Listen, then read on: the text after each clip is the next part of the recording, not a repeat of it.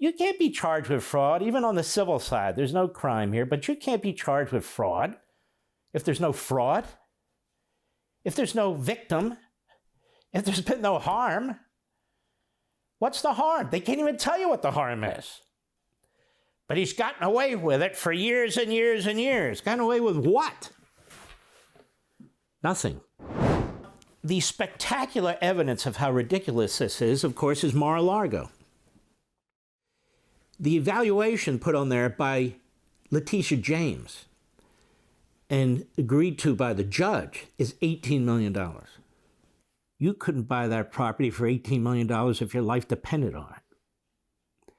That's big leagues. And then when you calculate the building or the buildings, that building has been upgraded. That building was built by Marjorie Post, the daughter of the Post cereal family. And then when she took over the Post, because her father died at the age of around 50, she was like 28. She was the only, and certainly CEO of a major corporation, and she would turn out being the youngest, 28 years old, give or take. And she spent much of her life acquiring other companies you've heard of. She became enormously wealthy. So she builds this home on these over 20 acres at Mar-A-Lago. That's the name she gives it, Mar-A-Lago. It is the most fantastic real estate site and home on the Atlantic Ocean on the entire East Coast. It just is. I've been there. These gentlemen have been there. It's just, it looks like a museum almost. The ceiling is intricate. The walls are intricate. The floors. When Donald Trump bought it, it was a disaster. Because why? Because nobody could afford to live there anymore. So they couldn't afford the upkeep. I'm talking about people worth several $billion. And it's so majestic and so large, they didn't want to live there alone because, again, it's just too much to handle. And the property taxes are enormous. How is Mar-A-Lago worth $18 million? Can somebody explain that to me? I can explain it. This is a fraud trial. It is another disaster. He has to go in there and defend in a New York court the assessed valuation that was agreed to between him and a major bank on a property in Florida. And the guy comes up with $18 million because he's notoriously anti-developer. Crazy. And even Trump, he's not the only one that lives there. There are residences in Mar-A-Lago and another part of the estate for members who purchase into the residencies over there and so forth. And it's a whole production there. It's just fantastic. They have a major kitchen and on and on and on. So you can see what a lie this is. The fraud is this fraud case. Then we have a law in New York that says you don't actually have to commit fraud to be charged with fraud, you know. What? Well, who's damaged here? Who is damaged here? The banks aren't damaged. They haven't said they're damaged. They haven't said, in fact, they have said, and Donald Trump said, what are we doing here? Why are we involved in this thing? They don't want to be involved in litigation. Plus, their books are clean. Everybody's books are clean. Do you realize how much this guy's been investigated for tax fraud? What'd they come up with? Zero. Now they pull this stunt on the valuation of the property where they're out of their minds. So prior to this hearing the other day, the judge had already ruled that Trump was guilty of a pattern of fraud. He took Letitia James's filing against him and took it as his own decision. A history and a pattern of fraud? Where? These properties have enormous value. Same with Trump Tower. That is enormous value. And to second guess it and to purposely put a ridiculous valuation on it, and then to force him and his family to come into court because the judge has already said, you're not going to be able to do any more development in New York. I'm pulling all your certificates. The question is only damages. So in appeal, Trump will win this thing. But now we're told the judge said with the last 5 minutes of the hearing yesterday, he said, after Trump's lawyers brought it up, wait a minute. Ever hear of statute of limitations? Some of these activities, the refinancing of properties took place, and it was before the statute of limitations had run, but now they've run. So regardless of what Letitia James thinks or this court thinks, they're not even supposed to be up for discussion. And the judge finally says, wow, you might be right about that on some of these properties. And then he tells the state, James, you need to provide an explanation for why the statute of limitations hasn't run in some of these cases. And that's the bulk of the cases now that are before the court. So I'm thinking to myself, well, hold on a second here. First thing you look at is if a party is standing. Are you supposed to be here? Do you have a right to be here? No, get your ass out of here. I got a full calendar of things I got to do.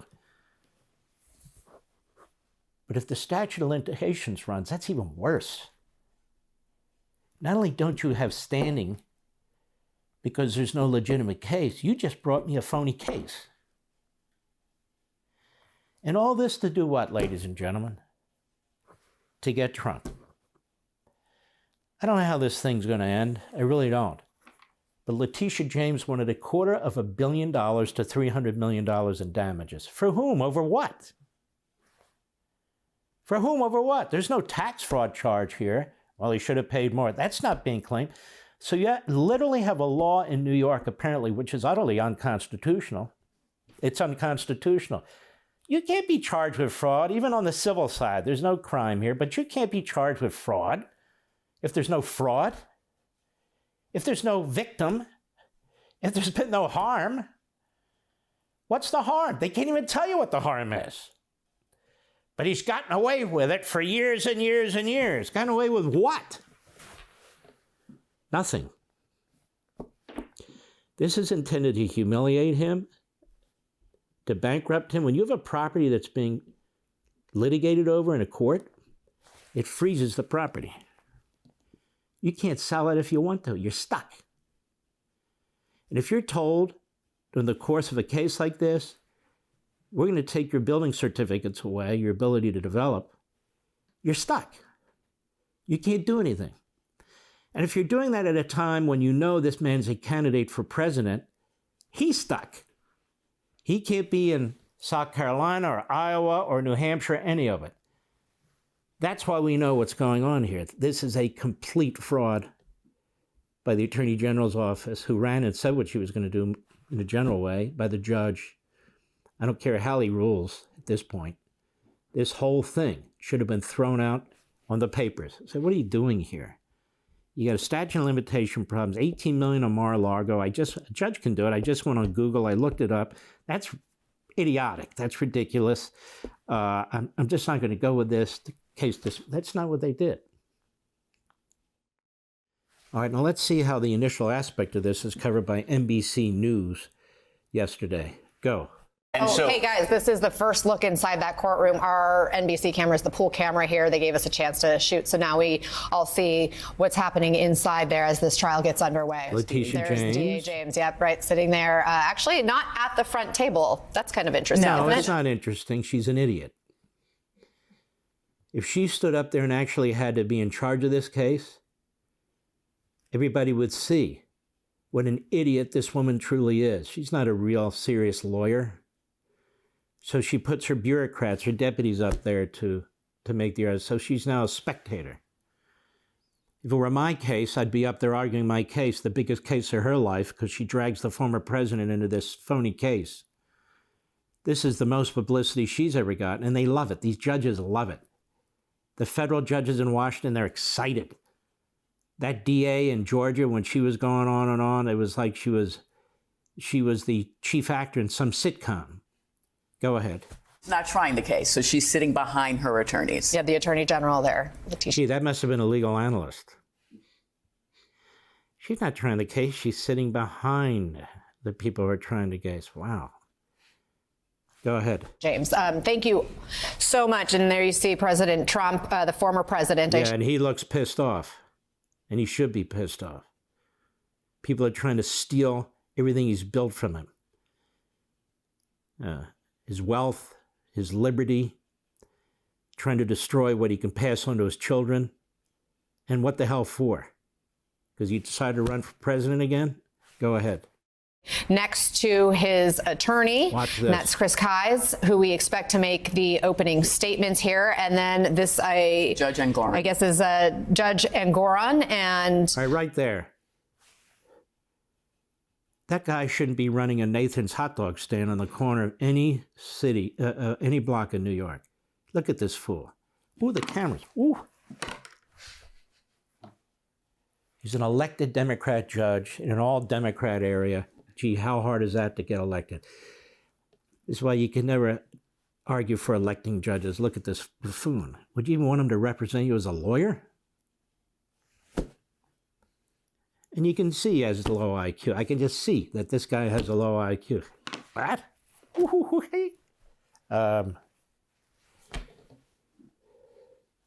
Go ahead. It's over, huh? Wow, that was... I just shake my head about what's going on here. It's just... it's so grotesque. And MSNBC, CNN, the other news operations, legal analysts on all networks, they take all this stuff seriously. Let me explain to you what's happening. No president has ever faced this. You know, this is another first with Trump. Here he is, charged with a civil case, and here he is. He can't come out of any of these things clean, even though he is, because you always have this this scarlet letter that you have to deal with. And there's some people out there, voters, they call them, who are so stupid, they just say, look, he's been charged civilly, he's been charged criminally in 4 cases, we got 91 indictments. I even heard one host say, well, he's got to be guilty of something, that's 91 charges. Are you saying he's not guilty of anything? Want to see more? Sign up for Levin TV.